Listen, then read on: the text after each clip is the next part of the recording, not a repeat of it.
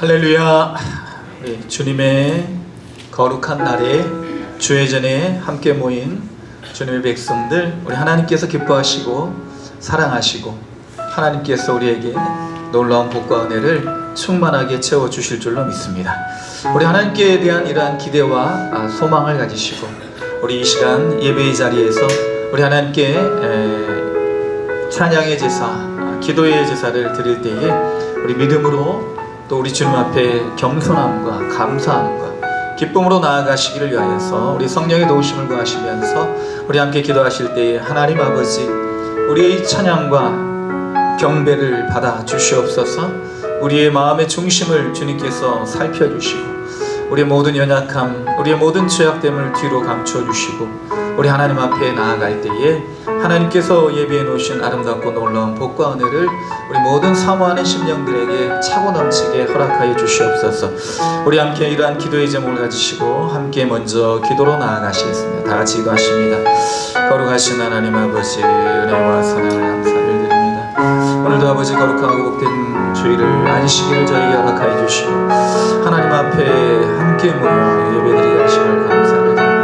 이 귀한 예배의 시간에 주님께서 우리를 사랑하시고 우리를 품어주시고 우리를 위로하시고 우리에게 세임 주실 줄로 믿습니다.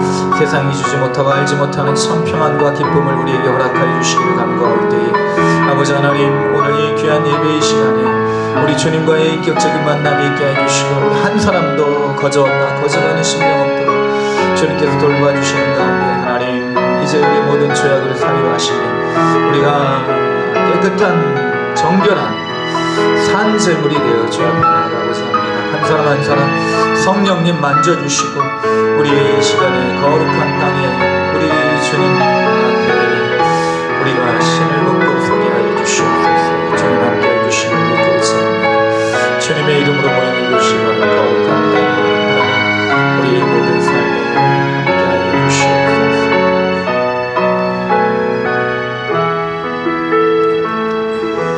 할렐루야. 우리의 삶의 거룩한 시간, 거룩한 장소, 거룩한 뜻이 늘 있어야 될 줄로 믿습니다.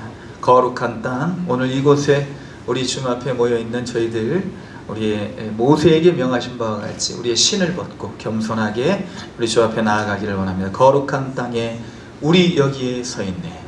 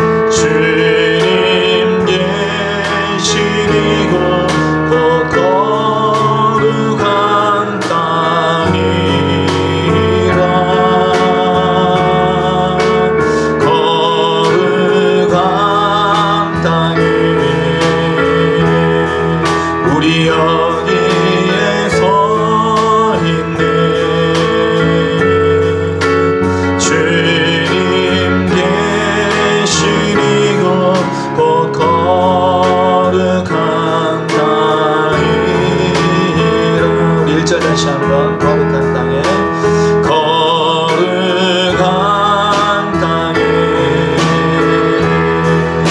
우리 여기에 서 있네. 주님 계신 이곳 곧 거룩한 땅이라.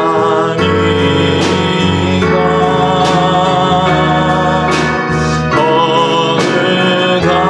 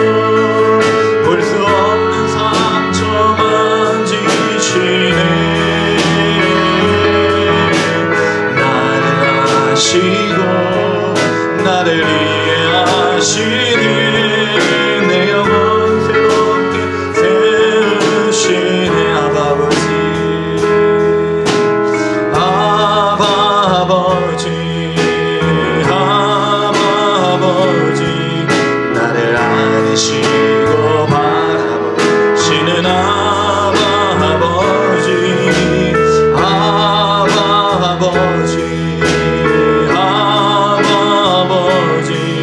나를 도우시고 힘주시는 아버지. 주는 내 마음을 고치시고 볼 수 없는 상처 만지시네. 나를 아시고 나를 이해하시네. 내 영혼 새롭게 세우신 우리 아버지, 다시 한번 아버지, 아버지, 나를 안으시고 바라보시는 아버지,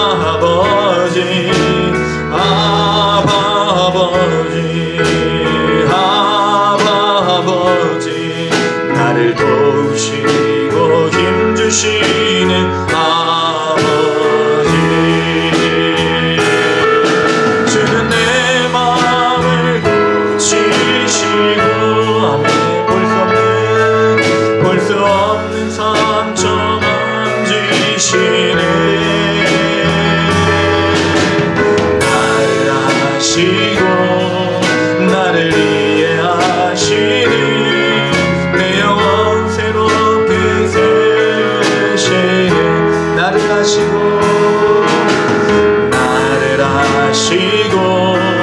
나를 이해하시네. 내 영혼 새롭게 세우시네. 내 영혼 새롭게 세우시네. 누구보다도 나를 가장 잘 아시고 나를 이해하시는 아버지만이 나의 위로가 되시고 힘이 되시고 치유자가 되시는 줄로 믿습니다. 우리 주님, 이 영광의 주님을 찬양하시면서 기쁨으로 나아가시도록 하겠습니다. 영광의 주님 찬양하세요.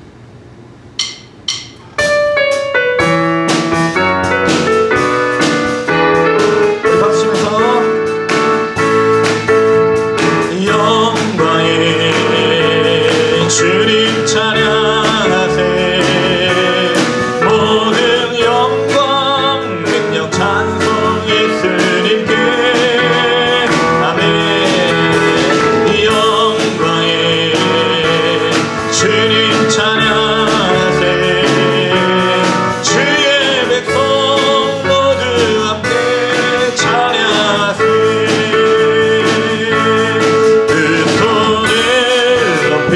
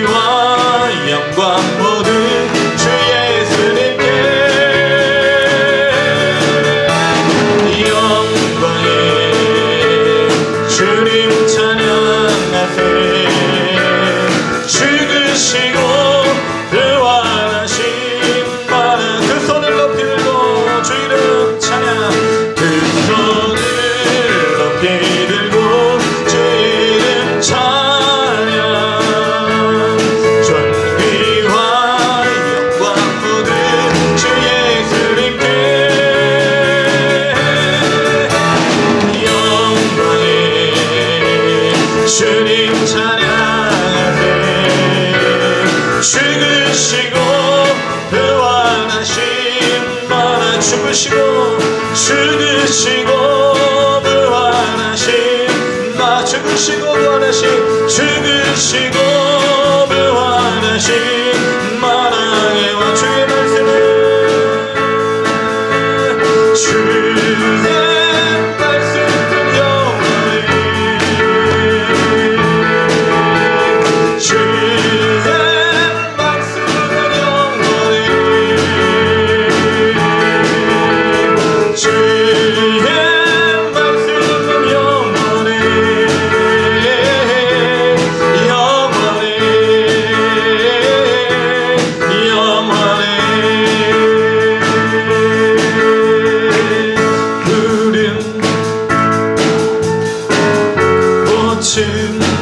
시드나 주의 말씀은 영원해.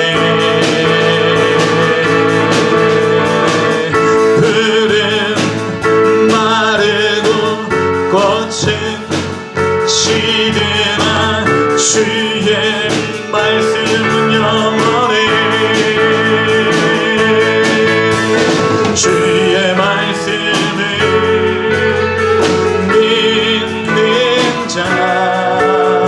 주의 근원을 얻으리.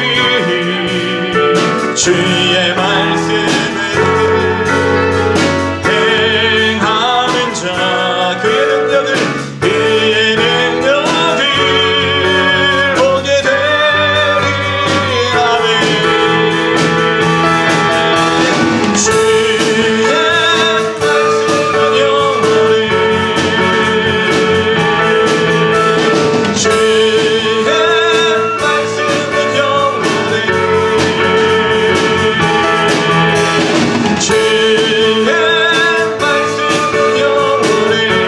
주의 말씀은 영원히 영원히 주의 말씀은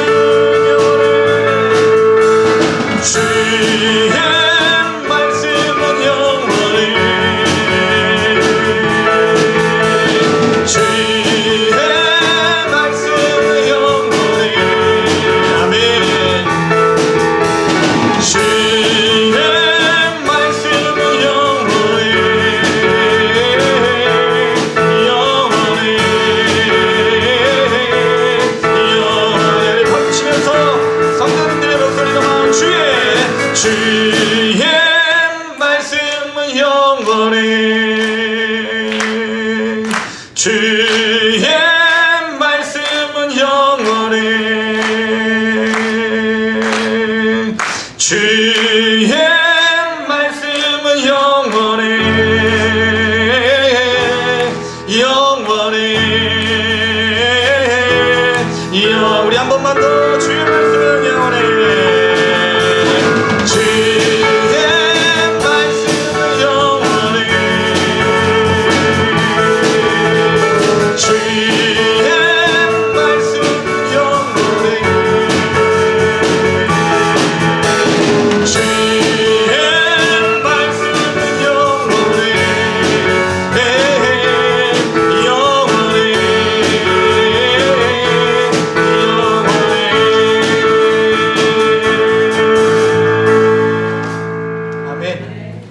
오직 주의 말씀만이 영원한 줄로 믿습니다.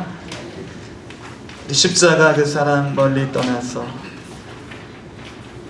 우리 주님을 떠나 우리가 헤매이고 방황할지라도 우리 주님은 우리를 늘 살피시고 곁에 계시고 우리를 붙들어 주시고 우리를 돌아오도록 그렇게 우리 손잡아 이끌어 주시는 줄로 믿습니다. 나를 보호하시고 날 붙드시는 보배롭고 존귀한 우리 주님, 그 주님의 보배로운 그 존귀함을 우리가 생각하시면서 우리 십자가 그 사랑 멀리 떠나서 함께 찬양드리도록 하겠습니다.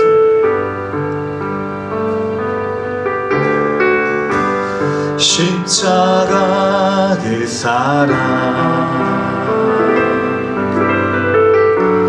멀리 떠나서 무너진 나의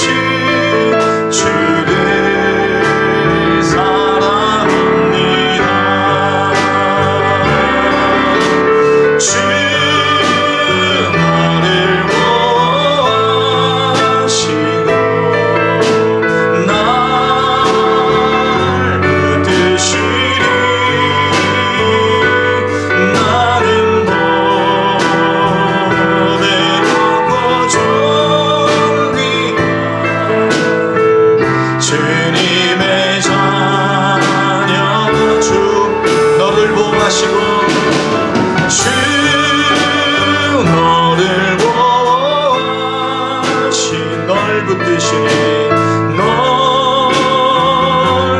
붙드시니 너는 봄에 눕고 존귀 주의 자녀라. 지나간 일들을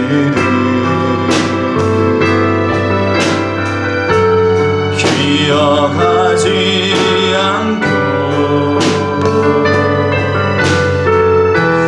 이전에 행한 모든 일 생각지 않으리.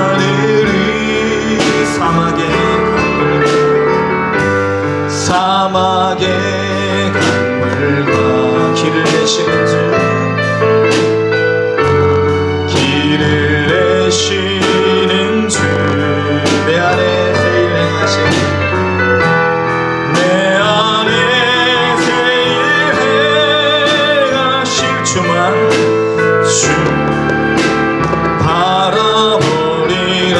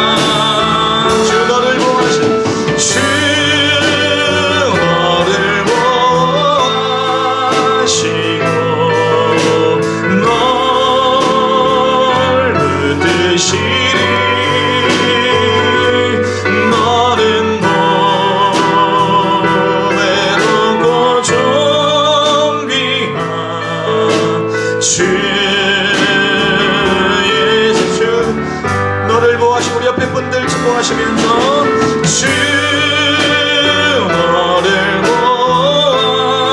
보아시 널 붙드시리 널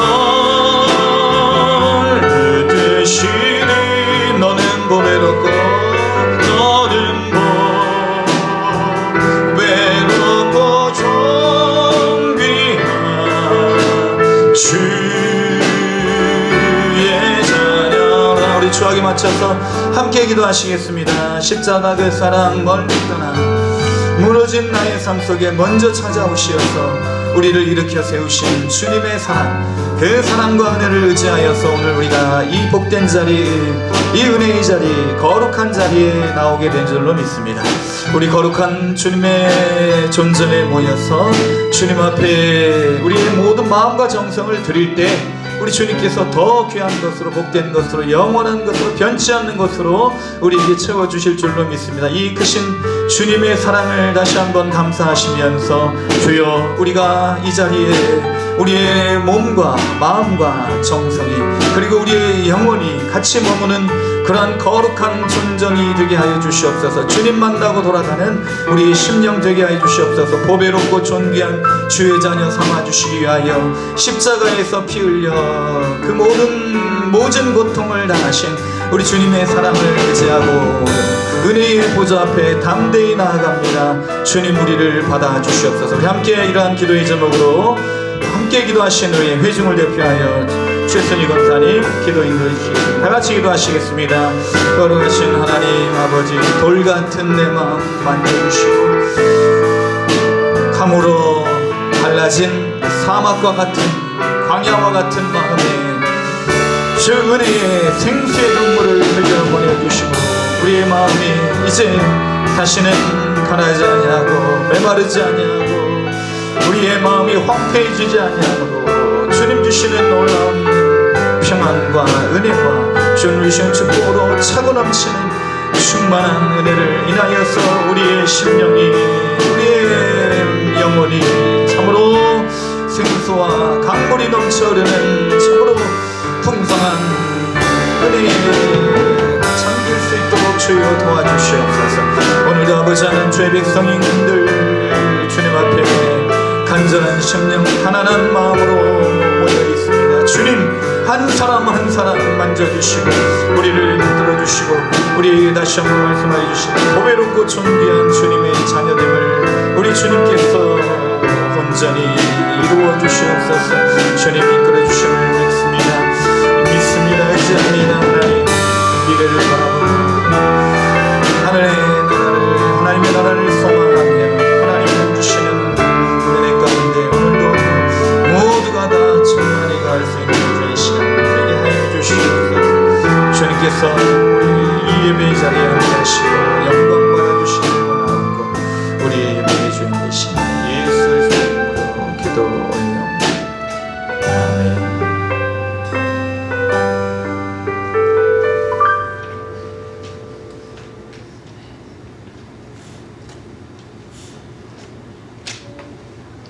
우리의 반석이시오 영원한 분기시 되시는 하나님 아버지, 감사와 찬양과 영광을 올려드립니다. 아멘. 알게 모르게 지은 죄가 있다며 주님의 십자가 앞에 다 내려놓게 하시고 용서의 은혜를 베풀어 주시옵소서. 아멘. 세상과 타협하며 살다가 어두워진 영과 육을 주님의 보혈로 깨끗게 하사 정결함으로 예배의 자리로 나아가게 하여 주시옵소서. 아멘. 신령과 진정으로 드리는 예배가 아버지께 기쁨이 되게 하여 주옵시고 아멘. 하늘문을 열어주사 아버지의 평화가 임하는 복된 시간 되게 하여 주시옵소서. 아멘. 예배가 축복의 통로가 되게 하여 주옵시고 아멘. 겸손함으로 하루하루를 성실히 살아가는 주의 백성으로 거듭나게 하여 주시옵소서. 아멘. 날마다 감사와 찬양이 심령 안에서 춤추게 하옵시며 하나님 아버지의 뜻을 구하며 살아가게 하옵소서. 아멘. 무엇보다 전쟁과 전염병, 기근과 지진으로 죽어가는 이 땅의 모든 나라와 민족에 평화가 깃들게 기도합니다.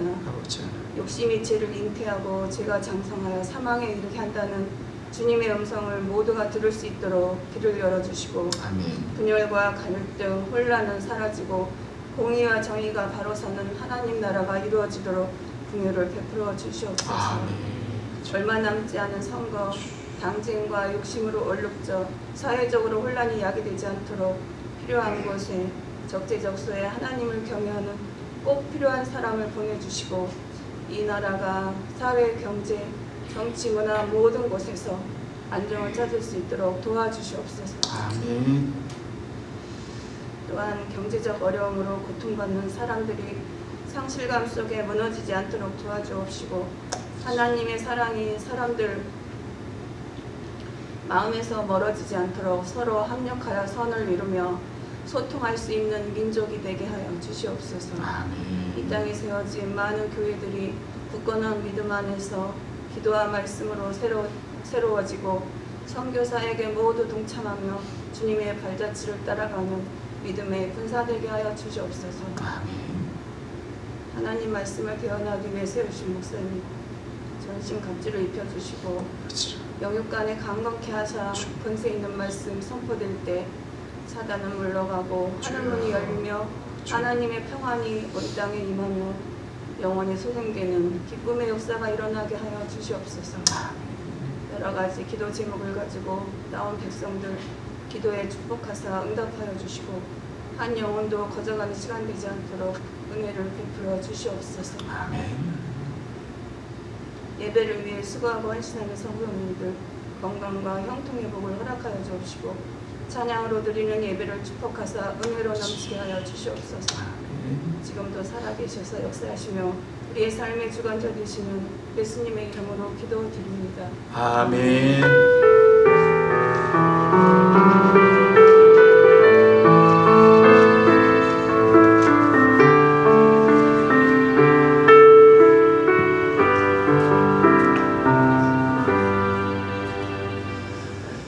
거룩하고 복된 주일 우리가 함께 보실 하나님의 말씀은 사도행전 13장 1절로 3절의 말씀입니다.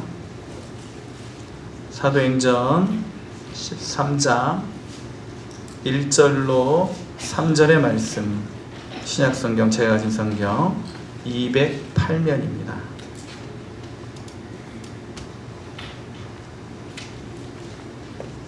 봉독해 드리겠습니다. 안디옥 교회에 선지자들과 교사들이 있으니 곧 바나바와 니게르라 하는 시몬과 구레네 사람 루기오와 분봉왕 헤롯의 젖동생 마나엔과 및 사울이라. 주를 섬겨 금식할 때에 성령이 이르시되 내가 불러시키는 일을 위하여 바나바와 사울을 따로 세우라 하시니 이에 금식하며 기도하고 두 사람에게 안수하여 보내니라. 아멘. 사도행전 2장에서부터 예루살렘 교회는 복음을 전하기 시작합니다. 성령 받은 교회는 복음을 가지고 견디지 못하는 것이지요. 나가서 외치며 전합니다. 예루살렘 교회도 마찬가지였습니다. 그 열정이 넘쳐서 최초의 순교자를 낳게 되는데 초대교회 최초의 순교자는 바로 스데반 집사였습니다. 7장에 보면 스데반 집사의 순교가 있은 후에 그리고 12장에 야고보 사도의 순교가 뒤따르게 되는 것을 볼 수 있습니다. 우리 이런 초대교회의 모습을 통해서 성령이 이끄시는 교회의 모습을 보게 됩니다. 복음을 위해 목숨을 바친 최초의 순교자, 목회자나 또는 전도사가 아닌 집사님이었다는 사실은 우리에게 시사하는 바가 크다고 할 수가 있겠습니다. 우리는 성직자 또는 항전직, 또 교회에 오래 다니는 사람, 이런 사람들이 먼저 죽기를 그렇게 바랄 수도 있습니다. 그러나 누구든지 성령을 받은 사람들은 직분에 상관없이 먼저 순교할 수 있는 그런 마음의 자세가 우리에게 다 필요하다고 할 수가 있겠습니다. 예수 그리스도를 증거하고 그 비용을 지불함에 있어서 그 희생을 감당함에 있어서 교역자와 비교역자의 구분이 없어야 된다는 것입니다. 예루살렘에만 머물러 있던 교회는 스데반의 죽음, 순교로 인하여서 핍박으로 인하여서 흩어지기 시작했습니다. 사도행전 11장 19절로 20절 때에 스데반의 일로 일어난 환란을 인하여 흩어진 자들이 베니게와 구브로와 안디옥까지 이르러 도를 유대인에게만 전하는데 그 중에 구브로와 구레네 사람 몇 사람이 안디옥에 이르러 헬라인에게도 말하여 주 예수를 전파하니. 안디옥, 이제 수리아라는 이방 지역에 말하자면 선교의 전초 기지가 되었던 이 중요한 교회가 태동되었던 그 원인이 바로 스데반의 순교 때문이었다는 사실. 스데반이 죽고 사울이 예수 믿는 사람들을 마구 잡아 죽이게 되면서 예루살렘에만 머물러 있던 사람들이 흩어지면서 교회가 세워지고 복음이 사마리아 땅끝까지 전해지게 되었다는 사실. 이러한 사실은 바로 하나님께서 이 모든 역사를 주관하고 계시다는 사실을 알게 됩니다.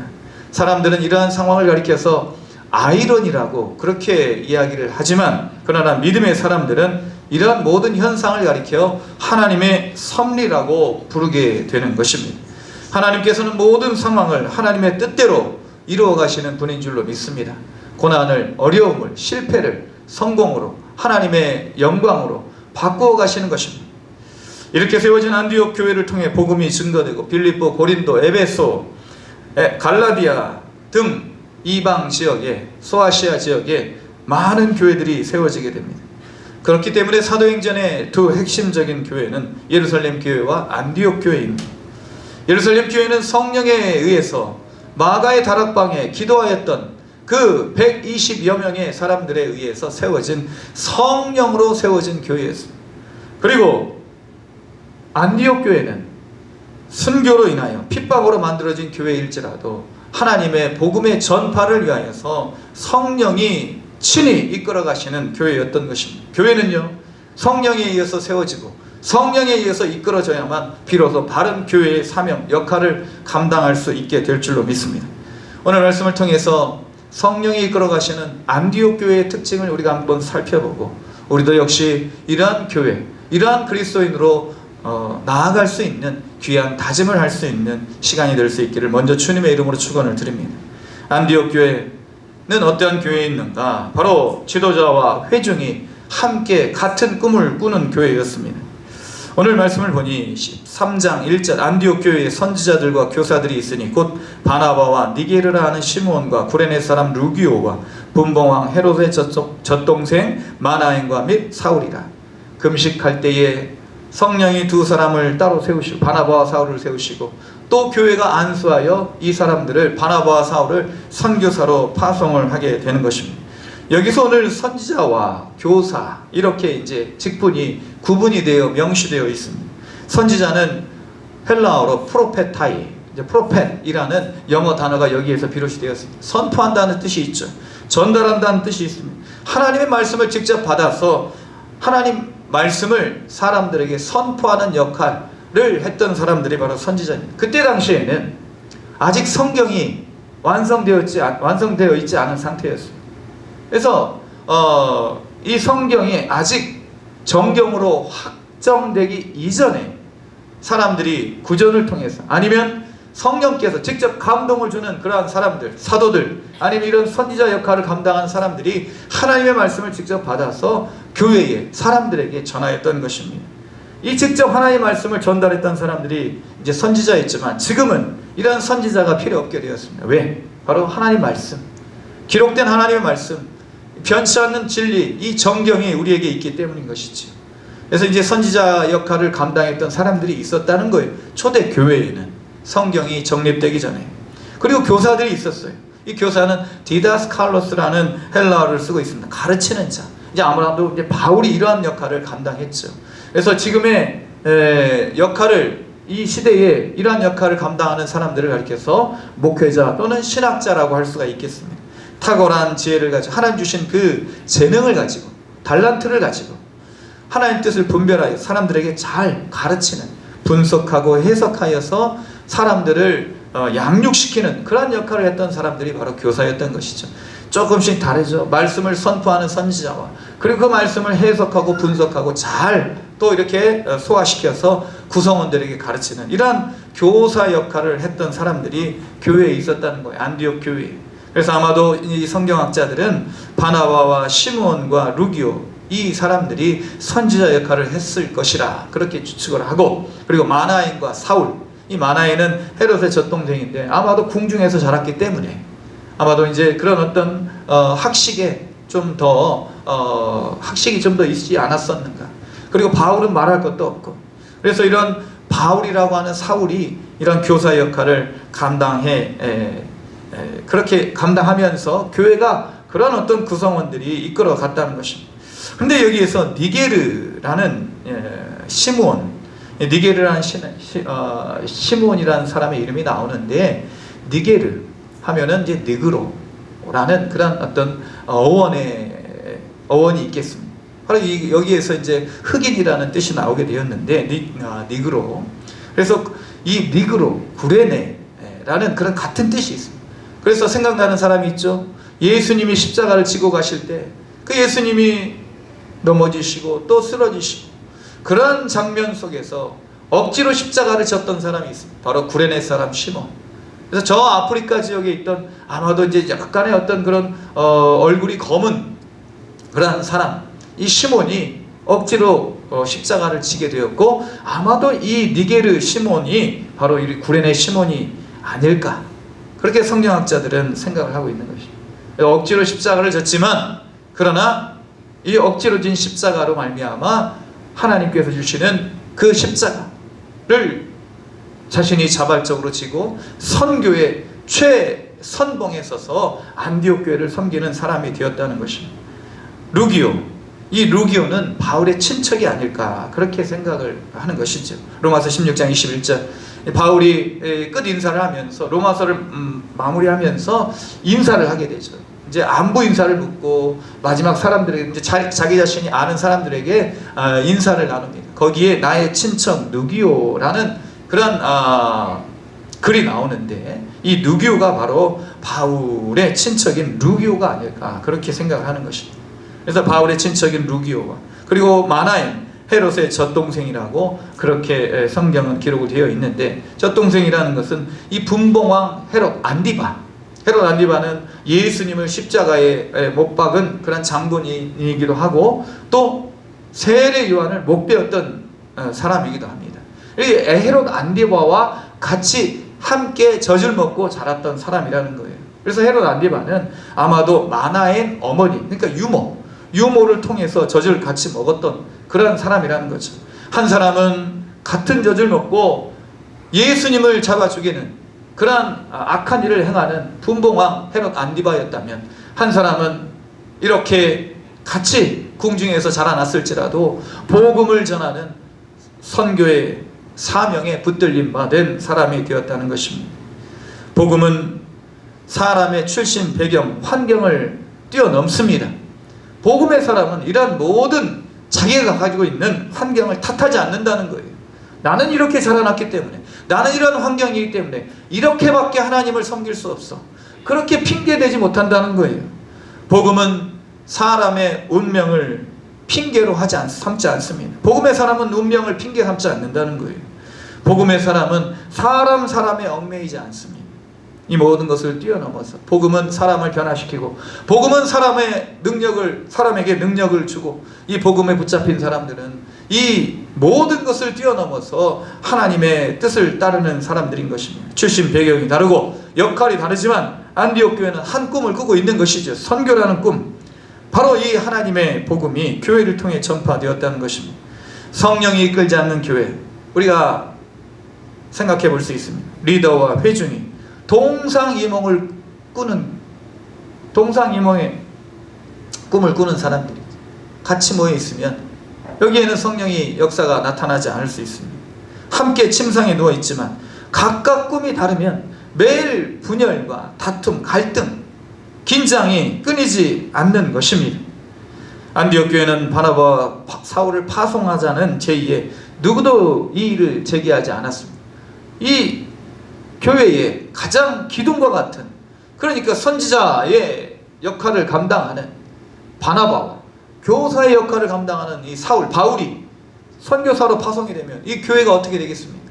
아마 인간적으로 생각할 때는 위축되고, 이 사람들이 빠져나가면 다른 사람들도 사기가 떨어지고, 이런 모든 인간적인 어떤 판단이 앞섰을 거예요. 그러나 성령께서 그렇게 따로 세우라 하시고 성령에 파송하시니 거기에 다 모두가 동의하는 것입니다. 왜? 교회는 누가? 성령이 세우시고, 누가 이끌어 가십니까? 성령이 이끌어 가신다는 것을 이 사람들은 다 알고 있었기 때문인 것입니다.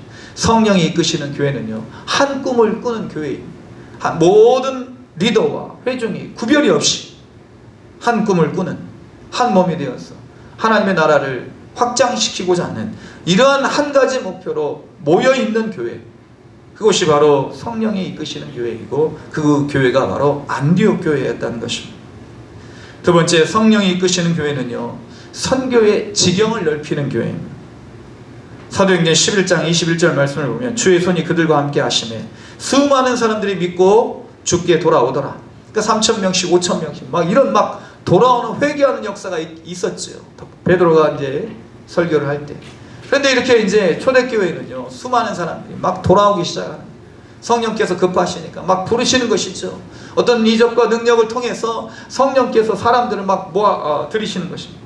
이런 상황이 되고 보니 교회가 차고 넘치는 것이죠. 예루살렘 교회, 안디옥 교회, 그 당시에 세워졌던 교회들.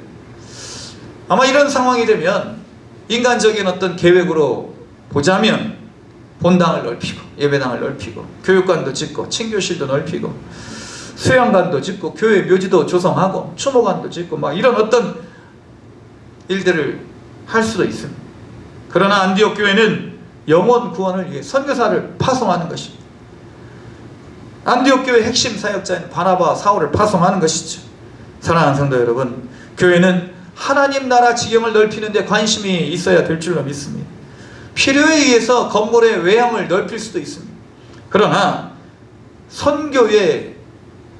선교가 거기에 후순위가 되어서는 안 된다는 것이죠. 하나님 나라 지경이 확장되는 것이 우선이고 그것을 위하여서 모든 필요한 제반 여건이 조성되는 것, 그것이 바로 올바른 질서인 것입니다. 우리가 신학을 크게 이제 성서신학, 조직신학, 역사신학, 선교신학, 실천신학 이렇게 나누기도 합니다. 근데 이 실천신학이 요즘 너무나 많이 관심이 집중되어 있다는 거예요. 실천신학이 무엇인가? 예배학, 그 다음에 윤리학, 착한 일을 해야 봉사하고 섬기고 사회, 교회가 이제 구제활동하고 상담학, 설교학, 어떻게 하면 설교를 잘 잡는 이런 것들이 바로 실천신학입니다. 예배와 설교, 상담, 윤리, 좋은 거죠, 이 시대에. 그래서 실천신학. 그런데 여기에 너무 이렇게 초점이 집중이 되다 보니까 선교가 이제 뒷순위로 밀리게 되었다는 거예요. 왜 우리가 설교 말씀을 잘 들어야 됩니까? 왜 우리가 예배를 잘 드려야 됩니까? 왜 세상에 교회가 모범이 되어야 됩니까?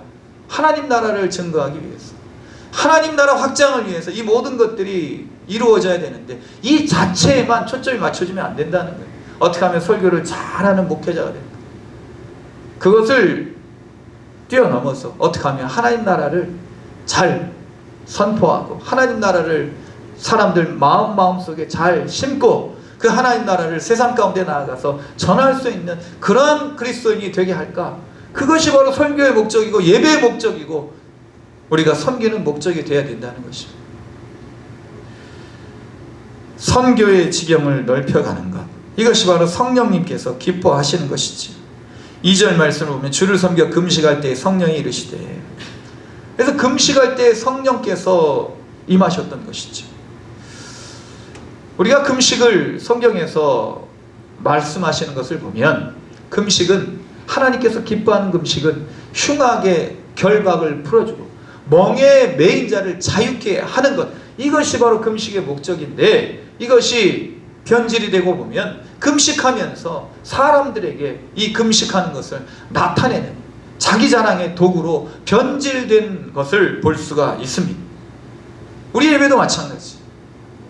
그래서 모든 것이 자기 자랑이 아닌 하나님의 영광, 하나님 뜻을 이루기 위한, 그래서 하나님 음성을 듣고 성령님께서 우리에게 임재하시는 그런 방편이 되어야 되지, 이 금식 자체가 자기 자신을 위한 것이 되어서는 안 된다는 것이죠. 그래서 오늘 이 안디옥 교회의 금식은 바로 성령님께서 임재하시는 금식이었다는 것이죠. 성령님의 음성을 듣고 성령님께서 이끌어 가시는 곳으로 순종하기 위한 우리의 경건이 되어야 될 줄로 믿습니다. 예배가 그렇게 되어야 된다. 우리 말씀 읽는 경건의 모든 행위들이 그러한 것이 되어야 된다는 것. 하나님 음성 듣고 성령님의 이끄심을 따라 순종하는 것이 되어야 된다는 것입니다. 교회는 이 선교를 위해서 존재하고, 교회는 성령님의 뜻을 따라 움직여야 됩니다.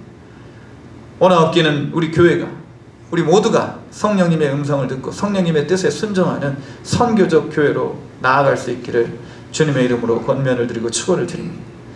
세 번째, 안디옥 교회는요, 성령 받은 사람들이 이끌어가는 교회였습니다. 두 사람의 선교사를 파송하죠. 많은 사람이 파송되면 좋을 것 같았지만, 그러나 하나님은요, 소수의 사람들을 통해서 위대한 역사를 이루시는 것을 볼 수가 있습니다. 예전에 한번 말씀드린 기억도 있지만, 스탠버그라는 그런 화가가 있었습니다. 스텐버그. 이제 스텐버그라는 화가는 이제 한 16세기, 17세기에 이제 활동했던 그런 화가인데, 이 화가가 이제 그 당시에는 이제 화가들이요 생계를 위해서 성화를 그렸어요. 중세 시대이기 때문에 이제 기독교 국가가 있었고 기독교 문화가 이제 지배를 하고 있었기 때문에 성화를 그리는 거예요. 먹고 살기 위해서. 예수님이 십자가에 못 박히셔서 피 흘리고 계시는 그 성화를 그려놓고 이제 이제나 저나 팔린 한쪽에 이제 놔두고 있는 차에 어떤 이제 집시 여인 아가씨를 모델로 삼아서 이제 인물화를 그리게 되었어요. 집시. 집시라고 하면 이제 그 유럽에서는 이제 떠돌아다니는 사람 아니겠습니까? 방랑자들. 그래서 이제 이 집시 아가씨가 모델이 되어서 그림을 이제 그리고 나서 이제 다 그림이 완성되었을 때 한쪽에 이제 이렇게 놓여 있는 예수님 성화를 보게 됩니다. 피 흘리고 계신 집시 아가씨가 이제 물어보는 거, 저 사람이 누굽니까? 예수님. 왜 저러고 계십니까? 아, 우리 죄 때문에 저렇게 피 흘리고 계십니다. 이제 이 스텐버그라는 사람이 자기 배운 대로 그냥 인격적으로 주님을 만나지는 않았지만 배운 것은 있었기에 그렇게 얘기를 한 거예요. 아, 그러면 저분은 참 좋으신 분이군요. 그러면 이렇게 좋으신, 나를 위해서 저렇게 죽으신 분인데 내가 저분을 위해서 할 수 있는 일은 무엇입니까? 스텐버그 이야기를 하는 거예요. 가까운 교회 나가십시오. 그리고 예수를 구주로 영접하십시오. 자기는 영접하지 않아놓고, 자기는 인격적으로 주님을 만나지 않아놓고, 그리고 나서 마음이 찔리는 거예요. 그리고 자기가 이제 이 집시 아가씨에게 얘기했던 것들이 귓가에 계속 맴도는 것입니다. 저분이 나를 위해 죽으셨습니다. 아무 죄도 없는 저분이 죄인인 우리를 위해, 나를 위해 죽으셨습니다. 이게 계속 맴도는 거예요, 귓가에서. 그러면서 스텐버그 거기서 고꾸라집니다. 그러면서 그 자리에 무릎을 꿇고, 예수님, 내가 머리로만 예수님을 믿었습니다. 이제 내가 주님을 위하여 살기를 원합니다. 인격적인 만남이 있기를 원합니다. 주님, 내 삶을 받아주시옵소서. 이렇게 기도를 드린 거예요. 그리고 나서 그 성화 밑에 글귀를 하나 넣었어요. 내 너를 위하여 몸 바쳐 피 흘렸건만 너 나를 위해 무엇하느냐. 우리 찬송가 그런 찬송이죠. 내 너를 위하여. 그래서 이 글을 써놓고 이제 이 성화가 이제 어느 전시관에 걸리게 되었는데, 그걸 또 누가 봤느냐? 진젠도르프라는 백작이 봤어요. 진젠도르프 백작. 이 사람이 모라비안 그 선교회를 이제 설립했다는 이야기도 있고, 그리고 이 모라비안 선교회를 지원했다는 이야기도 있지만, 이제 전 재산을 다 팔아가지고 거의 다 팔았어요. 이 선교회에 헌금을 하게 돼요. 이 모라비안 선교회는요, 저 오지 아프리카, 아메리카, 이제 그 당시에 이제 신대륙 이런 쪽으로만 가서 복음을 전하는 그러한 선교회였는데, 이 모라비안 선교회가 이 진젠도르프 백작으로 인하여서 이제 이런 어떤 선교 사역이 확장되게 되죠. 그래서 이제 모라비안 선교사님들이 아메리카, 이제 지금 미국, 이제 이 아메리카에 가서 복음을 전하고 오는 차에 폭풍우를 만나게 돼요. 뱃속에서. 근데 이 배 안에서 막 폭풍우가 치니까 사람들이 무서워가지고 막 두려움에 떨면서 공포에 이제 젖어 있는데, 모라비안 선교사, 이 두 사람의 선교사는 아주 평온한 거예요. 마치 갈릴리 바다에, 풍랑이는 바다에 고물에 베개를 삼아 주무셨던 예수님처럼. 이 모습을 또 누가 봤느냐? 요한 웨슬리가 본 거예요. 참 이렇게 복음은요, 이와 같이 생명이 있습니다. 큰 감동을 받은 이 웨슬리라는 청년이 이 일로 인하여서 이제 자기도 역시 하나님이 어떤 분이신가를 이제 간접적으로 보게 된 것입니다. 만나게 된 것입니다. 그래서 이 웨슬리가 이러한 것을 목격하고 나중에 이제 큰 어떤 회심과 더불어서 회개운동을 일으키게 되죠. 영국에 회개운동을 일으키게 됩니다. 감리교회 창시자가 되죠. 그래서 17세기, 18세기 유럽은요, 중세 봉건사회에서 근대 시민사회로 넘어오는 과도기였습니다. 혁명의 시기였죠. 그래서 이제 이런 프랑스 혁명, 뭐 이런 모든 그 나라마다 이런 어떤 그런 어떤 혁명기를 거치게 되는 거예요.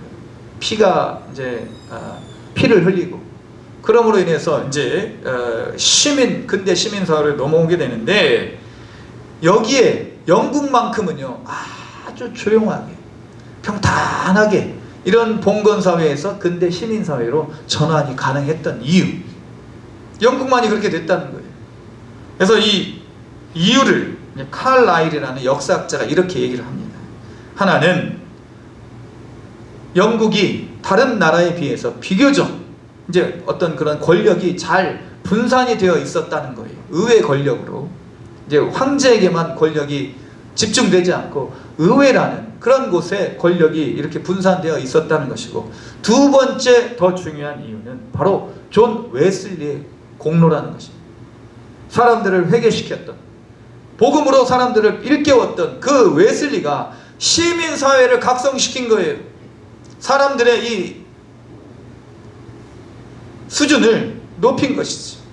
성경 말씀을 읽고 성경 말씀을 깨닫는 사람들은요, 이와 같이 인격적으로나 사회적으로나 모든 면에 있어서 성숙한 사람들이 될 수 있다는 것입니다. 그래서 이와 같이 웨슬리 목사님의 이러한 회개 각성 운동을 통해서 사람들의, 영국 사람들의 이 인식 수준이요 높이 올라가 있었기 때문에 그만큼 순조롭게 혁명이 이루어졌다는 거예요. 성령님은 소수의 변화된 사람들을 통해 놀라운 역사를 이루십니다. 바울이라는 한 사람, 바나바라는 사람, 이런 소수의 사람들을 통해서 하나님께서는 선교의 역사를 이루셨던 것을 볼 수 있습니다. 우리 교회가요 작다고 우리가 이렇게 좀 초라해질 필요가 없습니다. 우리 마음이 약해질 필요가 없습니다. 성령께서 이끄시는 그 사람, 그 교회를 통해서 하나님은 놀라운 역사를 이루어 가시는 줄로 믿습니다. 마지막으로 교회는, 안디옥 교회는 바나바와 사울을 파송하였습니다. 이게 무슨 말인가? 교회를 통해서 선교사님들이 파송이 되었다는 거예요. 그냥 각자가 어떤 교회에 어떤 울타리 없이 각자가 은혜를 받고 각자가 자기 마음대로 그렇게 선교의 자리로 나아가지 않았다는 거예요. 반드시 질서가 있어야 된다는 거예요. 교회는요. 교회의 파송을 받는 것입니다. 선교사님들은 자기 마음대로, 자기 마음 내키는 대로 그렇게 가는 것이 선교가 아니에요. 하나님은 전통을 중요하게 여기십니다. 물론 내용과 본질, 그것이 더 중요하지만, 그러나 내용과 본질을 담을 수 있는 예전, 형식, 이런 것들도 중요하다는 거예요. 교회는 보이지 않는 교회와 보이는 교회가 있을지라도 보이지 않는 교회가 더 중요하겠지만, 우리 성도들의 모임이 더 중요하겠지만, 그러나 보이는 이 건물도 중요하다는 거예요. 하나님께서 성막을 세우시고 예수님께서 교회를 세우셨기 때문인 것입니다. 일본 수상 중에 84대 총리가 있어요. 오부치 게이조라는 분입니다. 오부치 게이조. 이분이요, 일본 총리 최초로 일본의 한국 식민 지배에 대한 사과를 했어요.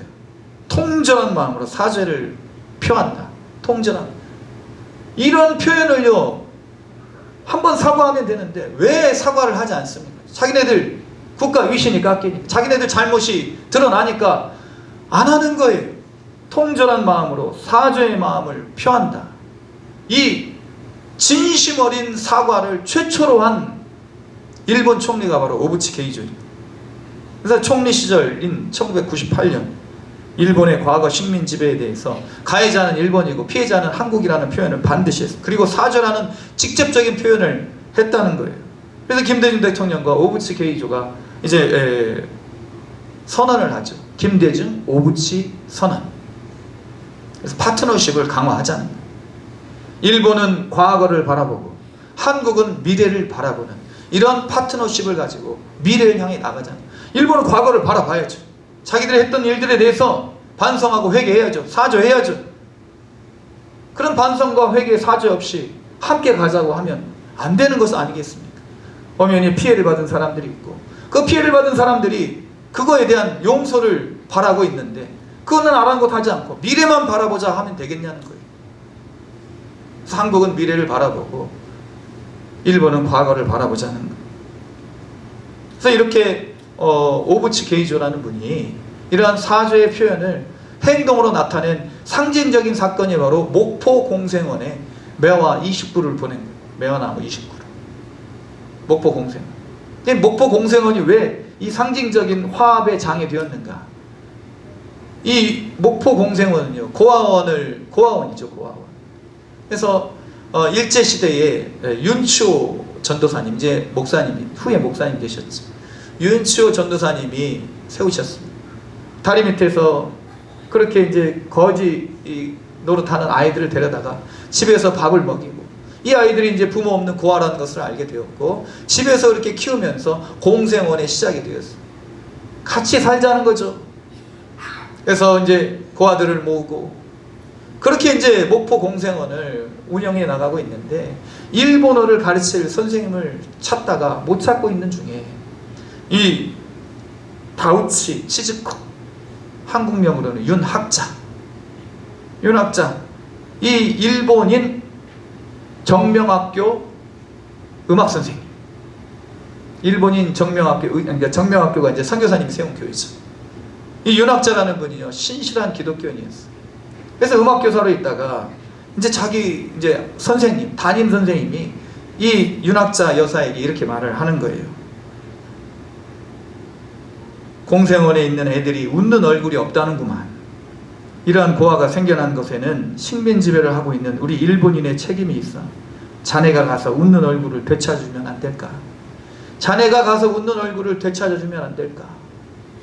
이 말을 듣고 이제 이 타카오 마츠하루라는 자기 예전에 담임 선생님이 말하는 것을 듣고 간 거예요. 그래서 거기에서 공생원에서 이제 같이 봉사하다가 윤치호 목사님과 함께 결혼을 하고, 그와 같이 이제 쭉 공생원을 이제 운영해 나오게 됐죠. 그래서 이와 같이 공생원은 한국 피해자인 한국 윤치호라는 그런 목사님과, 그리고 가해자인 윤학자라는 분이 함께 합력해서 세운 그러한 아름다운 공동체였습니다. 그래서 이곳이 바로 어떻게 보면 한국과 일본의 아름다운 화합의 그런 미래를 상징하는 장소가 될 수 있겠다. 얼마나 이런 사죄의 마음이 진실된 마음이었으면 그런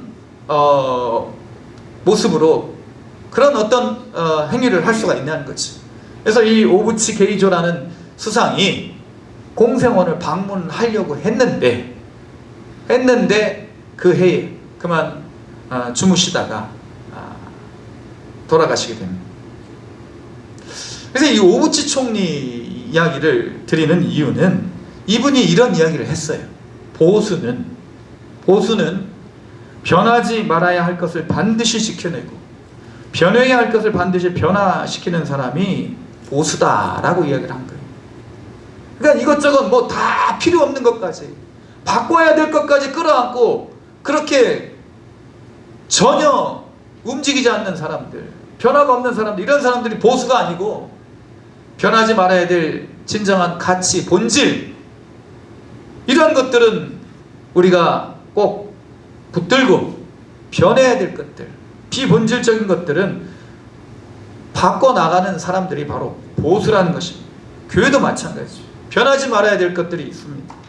그것이 바로 본질이죠. 말씀과 기도, 예배, 선교, 헌신, 천국, 소망, 이런 것들은 변하면 안 되는 거예요. 구원의 진리, 이런 것들은 바꿀 수 없는 거예요. 양보할 수 없는 거예요. 그러나 비본질적인 것들은 바꿀 수 있죠.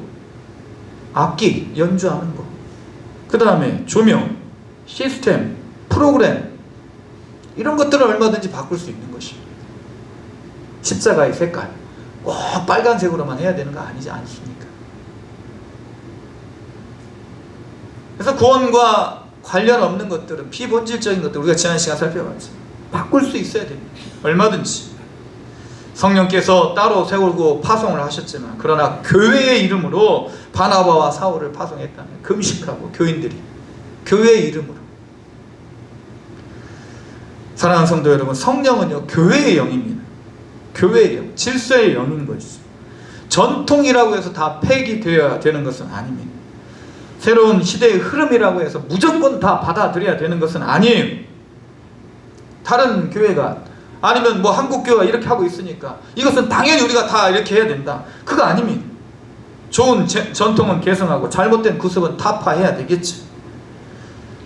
교회가 변화시키지 말아야 될 것이 있고 변화시켜야 할 것이 있습니다. 하나님의 뜻은 변질되지 말아야 되고 시대의 유행은요 얼마든지 취사 선택할 수 있는 것입니다. 우리가 지난 시간에도 살펴봤지만 변해야 될 것과 변하지 말아야 될 것, 이것을 분별하는 지혜를 우리 성령님께서 주시길 하나님께 우리가 간구하고 기도해야 될 줄로 믿습니다. 말씀을 정리하고자 합니다. 성령이 이끄시는 교회는요 한 꿈을 꾸는 동상이몽이 아니에요. 같이 있지만 다른 꿈을 꾸는 것, 이것은 성령이 이끄시는 교회가 아니에요. 우리는요 선교를 위해서 우리가 이 자리에 존재하고 있는 것입니다. 하나님께서 우리에게 교회를 주시고 생명을 주신 것입니다. 우리의 동료들을 주신 것입니다. 성령이 이끄시는 교회는요 자신의 지경이 아닌 하나님의 지경을 넓히는 사람, 그런 교회죠. 성령이 이끄시는 교회는 성령 받은 사람들이 이끌어가는 교회입니다. 성령이 이끄시는 교회 본질을 사수합니다. 이 교회가 바로 안디옥 교회였다면 우리도 역시 이런 안디옥 교회처럼 성령이 이끄시는 그러한 교회로 주 앞에 설 수 있게 되기를 주님의 이름으로 간절히 축원하며 소망합니다. 기도하시겠습니다. 거룩하신 하나님 아버지, 안디옥 교회 초대교회의 아름다운 모범을 살펴보았습니다. 완전한 교회는 없을지라도 성령이 이끄시는 그러한 건강한 교회가 되어서 우리도 역시 이 마지막 때에 안디옥 교회처럼 선교의 전초 기지가 되어서 이 선교의 목적을 가지고 한마음 한뜻이 되어 하나님 나라 지경을 확장시키고 성령 받은 사람들이 본질을 지켜나가는 그런 아름다운 교회 될 수 있도록 주여 역사하여 주시옵소서. 교회의 주인이 되시고 머리가 되시는 예수님의 이름으로 기도드립니다. 아멘. 찬송가 191장 내가 매일 기쁘게.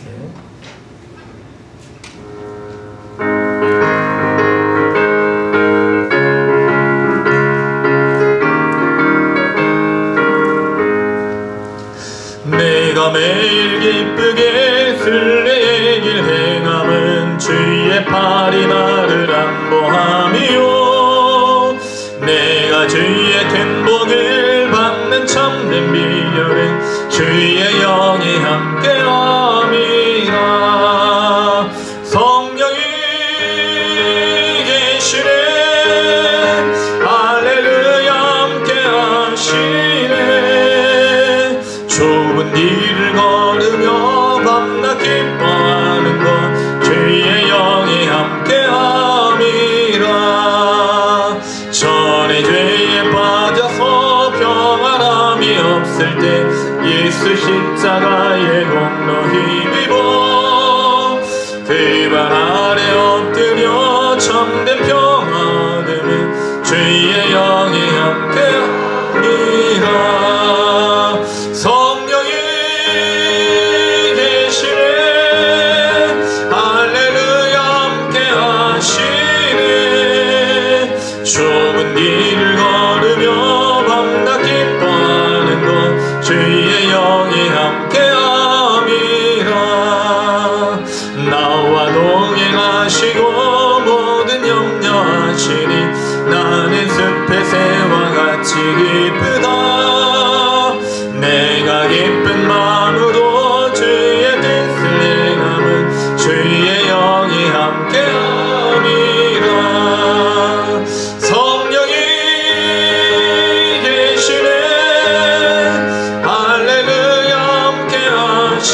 함께하시네. 좁은 길을 걸으며 밤낮 기뻐하는 것 주의 영이 함께함이라. 세상 모든 욕망과 나의 모든 정욕은 십자가에 이미 못을 박았네. 어두운 밤이 지나고 무거운 짐 벗으니 주의 영이 함께함이라. 성령이 계시네 할렐루야 함께하시네. 좁은 길을 걸으며 밤낮 기뻐하는 것 주의 영이 함께함이라.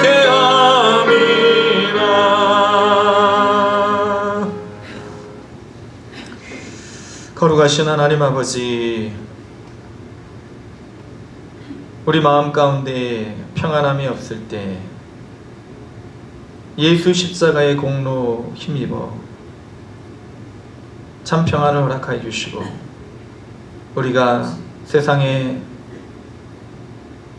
것에 매여서 자유함이 없을 때 십자가로 말미암아 자유함을 주셨기에 우리 주님을 아바 아버지라 부르고 예배드리는 예배자가 됨을 이 시간 다시 한번 기억하고 주님 앞에 감사를 올려드립니다.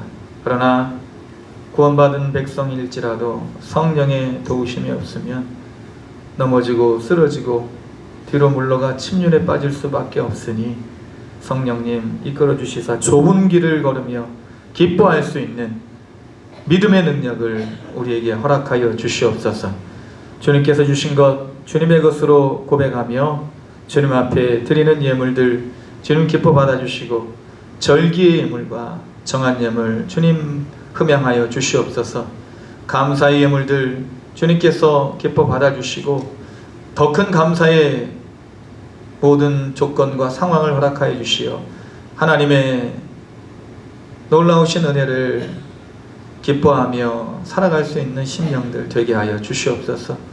우리의 모든 마음과 정성 주님 흠양하여 주시고 이 모든 것들이 주의 나라 확장을 위하여 아름답게 쓰여질 수 있기를 간절히 구하오며, 우리의 기쁨이요 우리의 소망이요 우리의 모든 것 되시는 예수님의 이름으로 기도드립니다. 아멘. 교회 소식 말씀드리겠습니다. 주보 뒷면을 참조해 주시기 바랍니다. 예배에 적극적으로 참여하시고 항상 기도하는 우리 모두가 되기를 원합니다. 오늘 찬양 예배 후에 2부 예배는 각 구역별 예배로 드리게 됩니다. 광고를 드렸지만 이제 첫째 주, 둘째 주는 항상 우리가 이제 전에 드렸던 이제 예배, 이제 전통 예배라고 흔히 이제 전통 예배라고 하는데 전통 예배를 드리고 나머지 주일은 이제 이와 같이 찬양 예배로 드리고 있습니다. 온라인 예배에 참조해 주시고 전도 힘쓰는 우리 모두가 되기를 원합니다. 2월 예배위원들께서는 주보 게시판 참조하시고 기도로 준비해 주시기 바랍니다. 일부 예배 마치고 애찬 후에 교회 청소가 있습니다. 오늘 애찬은 우리 황규동 집사님 그리고 박기현 동료님께서 공개해 주십니다. 나머지 광고는 주보를 참조해 주시기 바랍니다. 우리 옆에 계신 분들, 앞뒤에 계신 분들 바라보시면서 성도의 인사 나누겠습니다. 하나님 당신을 사랑하십니다. 사랑하십니다. 사랑하십니다.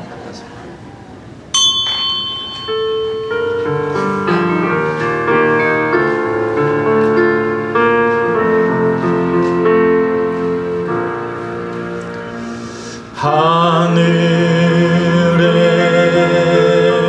계신 아버지 이름 거룩하사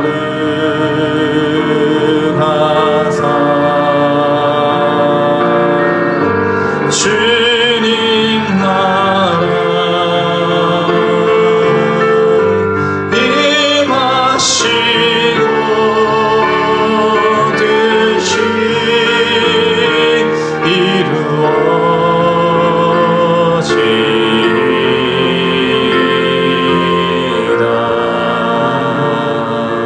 임하시고 일용할 양식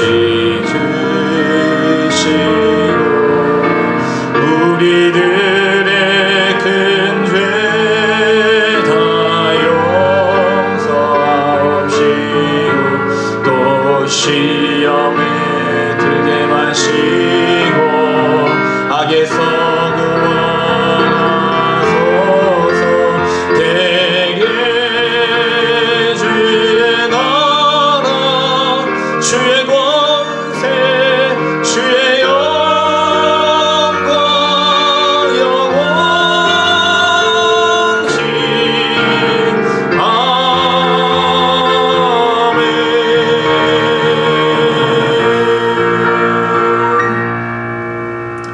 이제는 우리 주 예수 그리스도의 크신 은혜와 하나님 아버지의 극진하신 사랑하심과 성령님의 감동감화 충만 교통하시는 은혜가 안디옥 교회처럼 성령의 이끌림을 받는 교회 되기를 원하여서 우리가 먼저 성령의 이끌림을 받기를 원하고 성령의 음성을 밝히 듣고 성령의 음성에 민감하여 우리의 욕망, 우리의 야망을 다 내려놓고 하나님 꿈, 하나님 비전, 하나님 나라 확장을 이루기를 다짐하여 오늘도 예배를 올려드린 사랑하는 주의 백성들, 그 모든 믿음의 고백 위에, 우리 사랑하는 몸된 제단 위에, 우리 모든 환우들 위에, 이 땅과 또 세계 열방 가운데 전쟁과 재난으로 신음하는 모든 민족들 위해 지금부터 영원토록 함께 계시기를 간절히 축원하옵나이다. 아멘.